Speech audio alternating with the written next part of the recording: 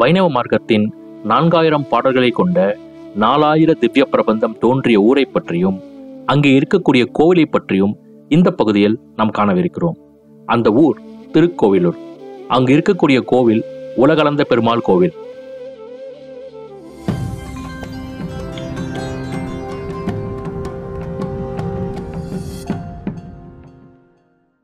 நடுநாட்டில் இருக்கும் 2 திவ்ய தேசங்களில் இந்த கோவிலும் ஒன்று. தொல்காப்பியம் தமிழ்நாட்டை 12 நாடுகளாக பிரித்துச் சொல்கிறது. அந்த 12 நாடுகளில் நடுநாடு இல்லை, பிற்காலத்தில் தோன்றியிருக்கலாம். மலையமான் வம்சத்தினர் இந்த பகுதியை ஆட்சி செய்து வந்திருக்கிறார்கள். சோழ நாட்டிற்கும் கொங்கு நாட்டிற்கும் இடைப்பட்ட பகுதியே நடுநாடு என்று சொல்லப்படுகிறது. இப்பகுதியின் தெற்கிலும் மேற்கிலும் சேர நாடும் பாண்டிய நாடும் இருக்கிறது.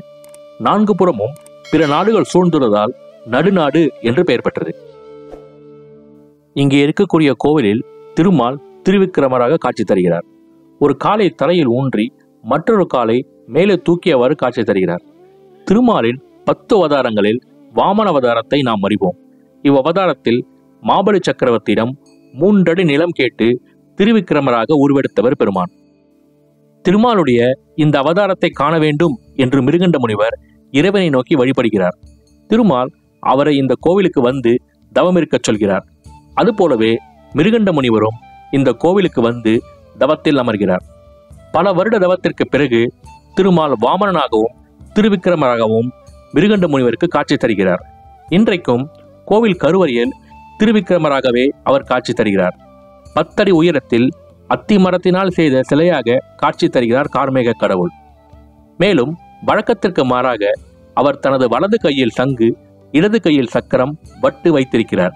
அவரது மனைவி திருமகள் அசுரன் மகாபலி, பக்தன் பிரகலாதன், குரு சுக்கராச்சாரியார், மிருகண்டு முனிவர் மற்றும் 3 ஆழ்வார்கள் அனைவரும் கருவறையில் உள்ளனர்.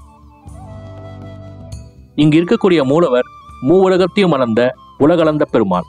தாயார் பூங்கோவன் நாச்சியார் என்றும் புஷ்பவல்லி தாயார் என்றும் அழைக்கப்படுகிறார். இந்த கோவிலின் தீர்த்தம் பெண்ணையாறு. வெண்ணெய் உருகும் முன்பு பெண்ணை உருகிவிடும் என்று பெயர் பெற்றது இந்த ஆறு. இதனை கிருஷ்ண தீர்த்தம் என்றும் சுக்கிர தீர்த்தம் என்றும் அழைக்கிறார்கள். கோவில் கோபுரம் ஸ்ரீகர விமானம். தல விருட்சம் புன்னை மரம். பஞ்சகிருஷ்ண தலங்கள் என்று 5 தலங்களை குறிக்கிறார்கள். அதில் முதலாவது தலமாக திருக்கோவிலூர் வைக்கப்படுகிறது. திருக்கண்ணபுரம், திருக்கண்ணங்குடி, திருக்கண்ணமங்கை மற்றும் கபிஸ்தலம் ஆகிய தலங்கள் மற்ற 4 தலங்களாகும். பொதுவாக சிவன் கோவிலில் தான் துர்க்கை சன்னதி இருக்கும். ஆனால் இந்த கோவிலில் துர்க்கை சிலை அமைந்திருப்பது சிறப்பு. இவரை விஷ்ணு துர்க்கை என்று அழைக்கிறார்கள். மூலவர் சன்னதிக்கு வெளியே இடப்புறத்தில் விஷ்ணு துர்க்கை அமர்ந்திருக்கிறார். 4000 திவ்ய பிரபந்தம் இந்த ஊரில் தான் தோன்றியது. 12 ஆழ்வார்களுள் முதல் 3 ஆழ்வார்களான பொய்கை ஆழ்வார், பூதத்தாழ்வார் மற்றும் பேயாழ்வார் வெவ்வேறு ஊர்களில் பிறந்து திருமால் மேல் பக்தி கொண்டவர்கள். அவர்கள் மூவரையும் ஒன்றிணைக்க வேண்டி இந்த ஊருக்கு வரவழைத்தார் திருமால். ஒரு நாள் இரவு கடுமையான மழை பெய்கிறது. முதல் ஆழ்வாரான பொய்கை ஆழ்வார் அவ்வூரில் இருக்கும் மிருகண்ட முனிவரின் இல்லத்திற்கு வந்து தங்குவதற்கான இடம் கேட்டிருக்கிறார். மிருகண்ட முனிவர் ஒரு இடத்தை காண்பித்து இவ்விடத்தில் ஒருவர் படுக்கலாம் என்று கூறுகிறார். அவ்விடத்திற்குள் பொய்கையார் செல்ல சற்று நேரத்தில் பூதத்தாழ்வார் அங்கே வருகிறார். முனிவர் மீண்டும் அந்த இடத்தை காண்பித்து ஒருவர் படுக்கலாம், இருவர் இருக்கலாம் என்று கூற பொய்கையாழ்வாரோடு போய் இருக்கிறார் பூதத்தாழ்வார். 3ஆவதாக பேயாழ்வார் அவ்விடத்திற்கு வர ஒருவர் படுக்கலாம், இருவர் இருக்கலாம், மூவர் நிற்கலாம் என்று மிருகண்ட முனிவர் கூற மூவரும் சேர்ந்து கொள்ள இட நெருக்கடியானது. மூவரும் நெருக்கிக் கொண்டு நின்று கொண்டிருக்க 4ஆவதாக ஒருவர் வந்து அவர்களை நெருக்குவது போன்ற உணர்வு உண்டாக 4ஆவதாக நிற்பது யார் என்று அறிவதற்காக அவர்கள் விளக்கேற்ற முனைகிறார்கள்.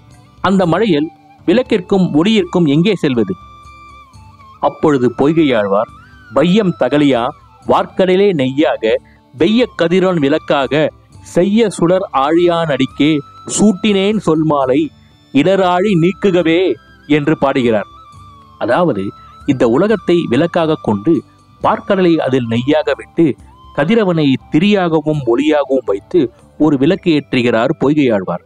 அதன் வெளிச்சத்தில் 4ஆவது ஆளாக வந்த திருமால் மூவருக்கும் காட்சி தருகிறார்.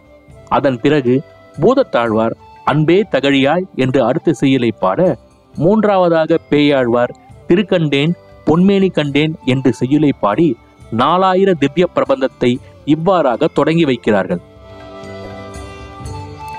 தொடக்கத்தில் இந்த கோவில் ஒரு கிருஷ்ணர் கோவிலாக இருந்ததாக நம்பப்படுகிறது. அந்த கிருஷ்ணர் சிலை இன்றும் கோவிலில் வைத்து வழிபடப்படுகிறது. அந்த சிலை சால கிராமத்தால் செய்யப்பட்டது. இந்த கோவிலின் ராஜகோபுரம் தமிழ்நாட்டிலேயே 3வது உயர்ந்த ராஜகோபுரமாக சொல்லப்படுகிறது. முதல் 2 இடங்களில் ஸ்ரீரங்கம் மற்றும் ஸ்ரீவில்லிபுத்தூர் கோவில் கோபுரங்கள் வைக்கப்படுகிறது. இப்படி அனுதினமும் தீந்தமிழால் திருமாலை பாடும் திவ்ய பிரபந்தம் தொடங்கிய இந்த தலத்துக்கு வந்து உலகளந்த பெருமாளை வணங்கி செல்லுமாறு கேட்டுக்கொள்கிறோம். நன்றி.